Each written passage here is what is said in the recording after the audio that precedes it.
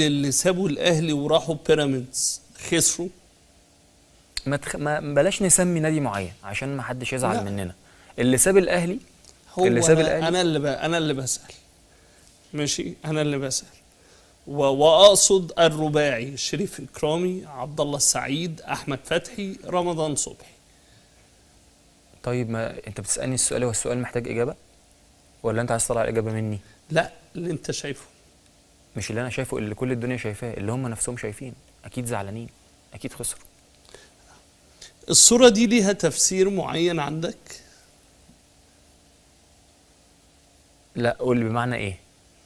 يعني هل هي صورة من الكابتن محمود الخطيب ورمضان صبحي، هي صورة رمضان فيها ممكن يكون بينه وبين نفسه ندمان على ان هو ساب النادي الاهلي؟ انا ما اعرفش دواخل رمضان ايه، لكن انا رمضان شخصيه كويسه، خلي بالك. وانا جدا، لعيب من انظف الشخصيات. ولعيب، ما انا بقول لك ولعيب كويس جدا، ولعيب مؤثر جدا، ولعيب انا لمت على الناس في حاجه واحده، مش في دماغ رمضان خالص، ان حاجه زي كده لازم نحتويها اكتر شويه. يعني وانا بتكلم مع لعيبه لازم اعرف، يعني حته اللي هو كان قبل كده قالوا لا اصل امير قال له ساعه وترجع لي والكلام ده كله، ده كلام جماهيري، مش كلام ناس محنكين.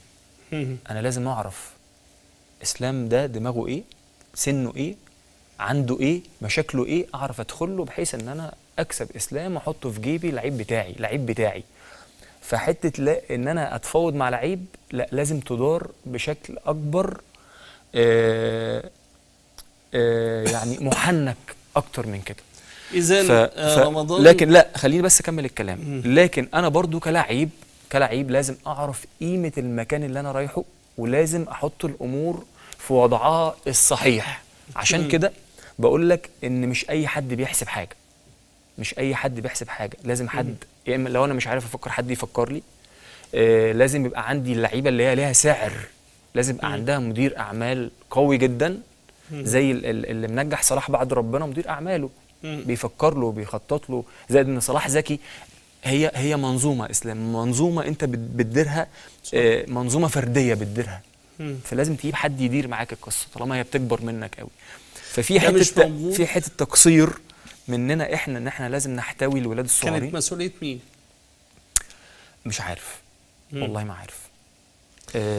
وفي نفس الوقت لازم برضو اللعيبه لما اخد قرار مصيري لازم افكر فيه كويس قوي قوي. ان انا قلت له ساعه وترجع لي، واعتقد الكلام ده يعني مش هو يعني مش صحيح بنسبه 100%، فانت بتحطني في حته ان انا لازم اخد قرار في ساعه، فلا، يبقى انا غلطان. لان لازم اعرف الشخصيه اللي قدامي دي دماغها عامله ازاي، ثقافتها عامله ازاي، ايه الضغوطات اللي عليها، الكتير اللي عليها.